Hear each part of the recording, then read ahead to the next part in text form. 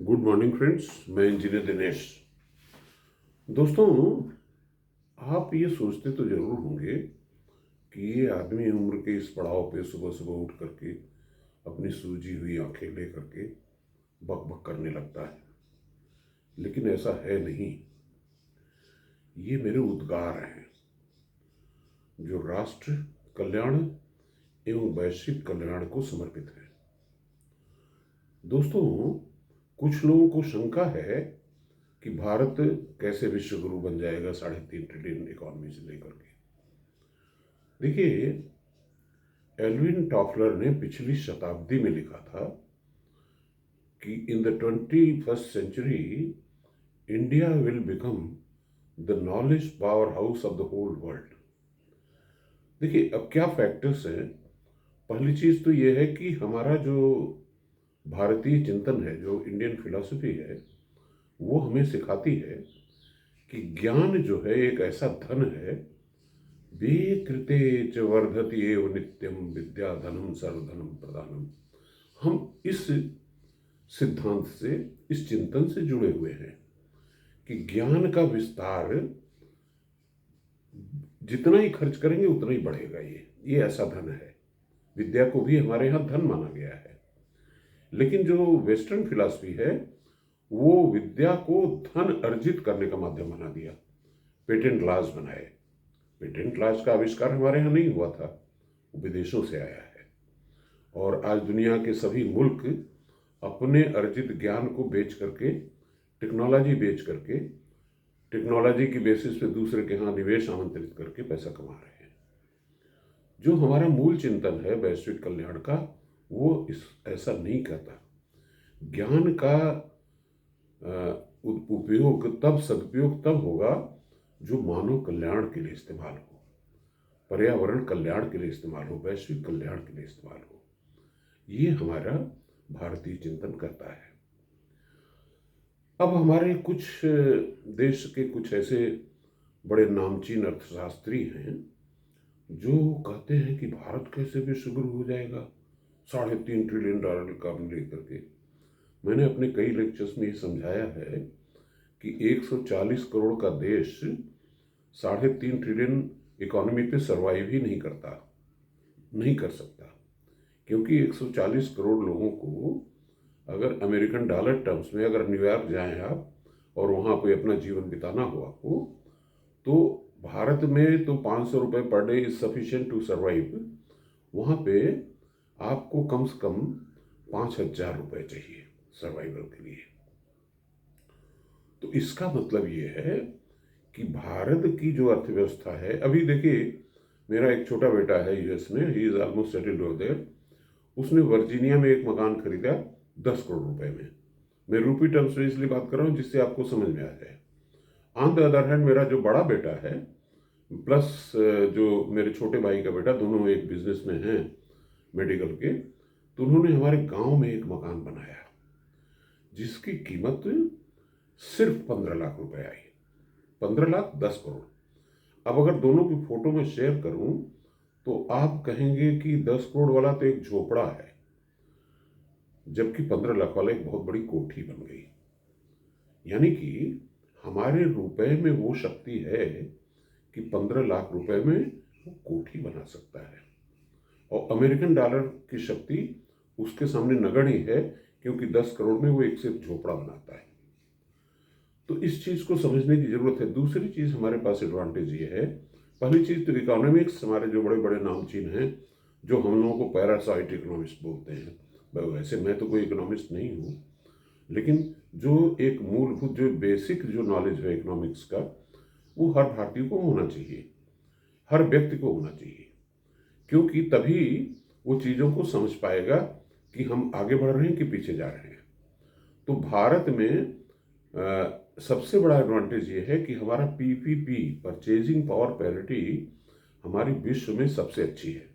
China is also quite close to us, but they are lagging behind. अगर GDP PPP में comparison करें तो भारत की इकोनॉमी 12.5 ट्रिलियन डॉलर्स हो जाती है, और अमेरिका और चाइना ऑफकोर्स थोड़ा ऊपर होंगे, लेकिन उतना नहीं ऊपर होंगे जितना जीडीपी में है। दूसरा पॉइंट जो है, हमारे यहाँ जो युवा पॉपुलेशन है वो कुछ एस्टिमेट के हिसाब से 70% है। यानी कि भारत में अगर 140 करोड़ हैं और मान लीजिए 700 करोड़ लोग विश्व की आबादी है, तो आप कैलकुलेट कर सकते हैं कि विश्व का कितना युवा भारत में है। और इसका सबसे बड़ा प्रूफ यह है कि भारत की औसत आयु 29 साल के आसपास है, जबकि चाइना, इंग्लैंड, ब्रिटेन, अमेरिका इससे बहुत आगे हैं। यानी कि वो राष्ट्र, इवन जापान तो बहुत ही बूढ़ा हो चुका है। अब सवाल इस बात का है कि वैश्विक गुरु बनने के लिए अगर हमारी ये युवा फोर्स स्किल्ड हो जाए, नॉलेजेबल हो जाए, अगर इसका माइंडसेट हम परिवर्तित कर ले जाएं कि ये सिर्फ नौकरी परस्त हो गया, जैसा कि मैकाले ने कल्पना किया था, तो हमें विश्व गुरु होने से कोई रोक नहीं सकता। देखिए, मैं जो इनोवेशन की बात करता हूं, हर क्षेत्र में इनोवेशन का स्कोप है, कोई भी क्षेत्र लीजिए। तो आज मैं आपको पेडागॉजी के बारे में बात करता हूं कि how we can innovate in pedagogy and become the world leaders. देखिए दोस्तों, आपके सामने उदाहरण है, अभी कुछ साल पहले एक बैजू ऑर्गेनाइजेशन आई थी जिसका कि टर्नओवर काफ़ी बढ़ गया शिक्षा में। उसके बाद उसको खा गया फिजिक्स वाला। फिजिक्स वाले का टर्नओवर पहुंच गया 8,000 करोड़ और बैजू दिवालिया होने के कगार पर है। तो इसका रीजन क्या है? इसका रीजन ये है कि ये सब के सब लोग, जो भारतीय चिंतन का मूल सिद्धांत था कि धन, विद्या को, ज्ञान को व्यय करना है, न कि उसको बेच करके पैसा कमाना है।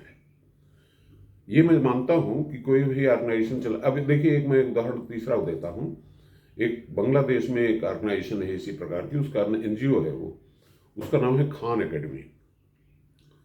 और आप ये समझ लीजिए कि बिल गेट्स के बच्चे खान एकेडमी से पढ़े हैं, वहां जा करके नहीं, ऑनलाइन। खान एकेडमी आज भी आपको फ्री ऑफ कॉस्ट एजुकेशन देती है। हो सकता है कुछ समय बाद आपसे कुछ डोनेशन मांग ले। विद्या को उसने धन अर्जन का माध्यम नहीं बनाया। और आप उसकी प्राइमरी क्लास से लेकर के इंटरमीडिएट क्लास तक कोई भी लेक्चर किसी भी विषय पे देखेंगे तो सुपर क्वालिटी का मिलेगा। तो पेडागॉजी में मैं ये, पेडागॉजी मतलब शिक्षा शास्त्र। देखिए, हमारे देश में शिक्षा शास्त्र में बीएड, एमएड, क्या क्या सब पढ़ाया जाता है। तो मैं हालांकि ये मेरा लेक्चर पूरी दुनिया के लोग देख रहे हैं, कुछ न कुछ तो लोग देखते हैं, वो भी नकल मारेंगे, लेकिन फिर भी चूंकि हमारा सिद्धांत है कि उदार चरिता नाम तो वसुधैव कुटुंबकम, हम पूरे विश्व को परिवार मानते हैं। और ज्ञान का अगर विस्तार हो तो निश्चित तौर पे पूरे विश्व का संवर्धन होगा, सब जगह कल्याण होगा। और जब पूरे विश्व का होगा तो हम पीछे थोड़ा रह जाएंगे, हम भी तो विश्व के एक हिस्से ही हैं। तो पेडागॉजी में जो मेरा इनोवेशन है, इनफैक्ट ये मेरे दिमाग में पिछले 25-30 सालों से चल रहा है। जब से इंफॉर्मेशन सुपर हाईवे एक पुस्तक मैंने पढ़ी अमेरिकन, और इंटरनेट से क्या रिवोल्यूशन हो सकती है, आज से 30 साल पहले इसकी कल्पना की गई, या और ज़्यादा पहले। और उस कल्पनाओं की जगत में मैं भी खो गया। तो शिक्षा शास्त्र में किस तरह से इंटरनेट बदलाव ला सकता है, इसके बारे में, जैसे ऑनलाइन क्लासेस तो आप सभी लोग देखते ही हैं और हर कोई चला रहा है आजकल, लेकिन वो वहीं पे अंत नहीं हो जाता है। देखिए, ऑनलाइन एक चीज आप ये समझिए, दो शब्द है, दो शब्दों पे गौर करिए। ये शब्द मैं कई बार अपने लेक्चर में सुना चुका हूं। पहला शब्द है सेग्रीगेशन। देखिए, एक कोई विषय लीजिए और उसका एक चैप्टर देखिए आप, तो उस चैप्टर को मान लीजिए, मैं उदाहरण के स्वरूप बताता हूं अक्सर कि special theory of relativity Einstein की ले लीजिए। देखिए, स्पेशल थ्योरी ऑफ रिलेटिविटी पढ़ाते सभी हैं, जितने भी फिजिक्स वाले हैं, और मगर बच्चे के दिमाग में ट्विन पैराडॉक्स बैठ नहीं पाता है, घर नहीं कर पाता। ट्विन पैराडॉक्स का मतलब राम और श्याम जुड़वा भाई हैं, फिर कुछ साल बाद दोनों की उम्र अलग अलग कैसे हो जाती है, कल्पना के बाहर निकल जाता है। तो इस चीज को पढ़ाने वाला व्यक्ति जो सिर्फ और सिर्फ एक चैप्टर पढ़ा है, स्पेशल थ्योरी, तो वो एक ऐसा व्यक्ति होगा पूरे अंतरराष्ट्रीय पटल में who will be the best. मेरा कहने का मतलब है सेग्रीगेशन का मतलब कि चैप्टर वाइज बेस्ट टीचर हमको सेलेक्ट करना है। Number 1 point. देखिए, एक ही चीज को 1000 लोगों से पढ़वाइए या उस चीज का सुपर क्लास कंटेंट एक आदमी पढ़ाए और इंटरनेट के माध्यम से उसको रेप्लिकेट कर दीजिए, घर घर पहुंचा दीजिए।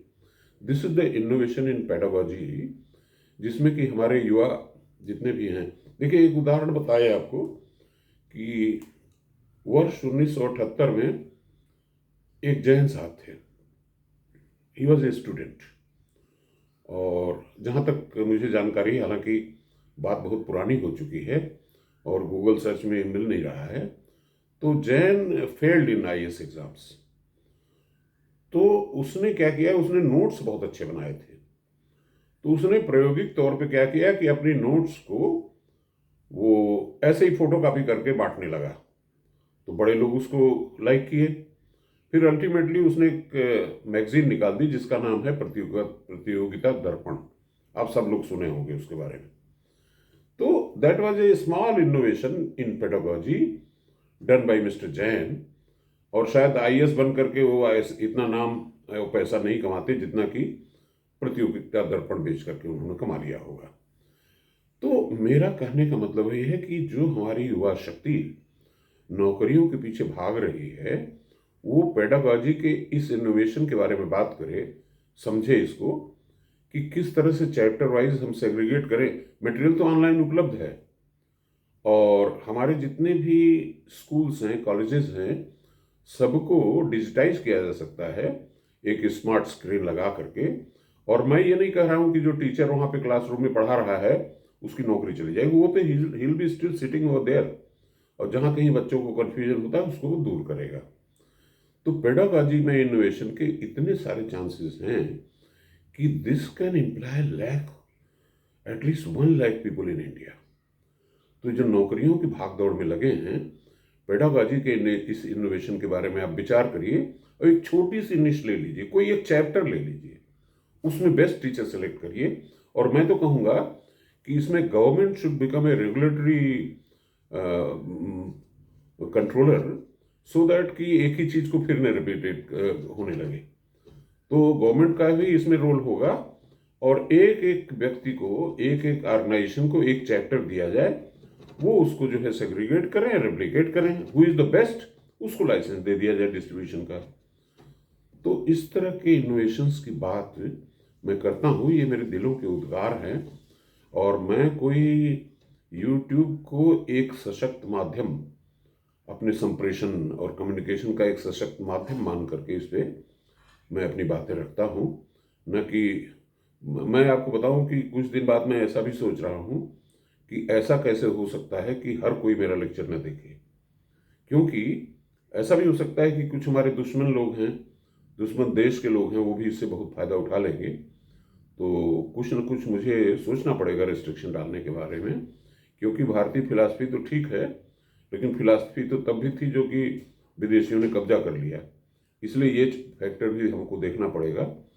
तो आगे इस पर विचार किया जाएगा। धन्यवाद।